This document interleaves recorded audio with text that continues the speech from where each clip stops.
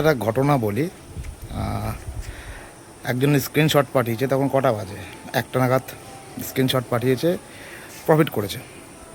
তো সে পুট নিয়েছিল, মার্কেট যে ফলটা দিল, হট করে সাডেন ফলটা দিল, সেই ফলে সে প্রফিট করেছে এবং স্ক্রিনশট দিয়েছে। বললাম যাক, প্রফিট করেছে, ভালো কথা, প্রায় 10,000 না 12,000 প্রফিট করেছে। তারপরে যে লেখাটা লিখলো সেটা শুনে আমি চমকে গেলাম। ছেলেটা ট্রেডটা নিয়েছিল নিয়ার অ্যাবাউট 9:30 পৌনে 10টা না 9:30 নাগাদ, যে মার্কেট নিচে আসবে অ্যানালিসিস করেছে, পুট নিয়েছিল। সেই ট্রেড 9:30 ট্রেড প্রফিট দিয়েছে নিয়ার অ্যাবাউট পৌনে 1টার কাছে, যখন মার্কেটটা ফলটা দিল, অর্থাৎ প্রায় 3 ঘন্টা ধরে হোল্ড করেছিল। এবং যেখানে ট্রেডটা নিয়েছিল সেখান থেকে মার্কেট উপরে গিয়েছে অনেকবার, এবং সে লসেও ছিল। লসে থাকার পরেও সে ট্রেড এক্সিট করেনি এবং দিনের শেষে প্রফিট পেয়েছে। এবং সে প্রফিট পাওয়ার পরে যেটা লিখছে যে আমি জানতাম স্যার মার্কেট নিচে আসবে। একটা অপশানের ট্রেড, কারেন্ট এক্সপায়ারি ট্রেড, সে 3 ঘন্টা ধরে হোল্ড করে রেখেছে, হিউজ লসে গিয়েছিল, সে লস থেকে সে প্রফিটে ঢুকেছে। প্রফিটে ঢোকার পরে সে বলছে আমি জানতাম মার্কেট নিচে আসবে।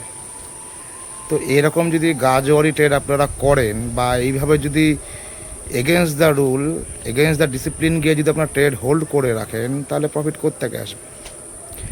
এবং কথা হচ্ছে যে এটা কি হঠাৎই ঘটলো? না, হঠাৎ ঘটেনি। এর পিছনের রিজনটা কী আছে?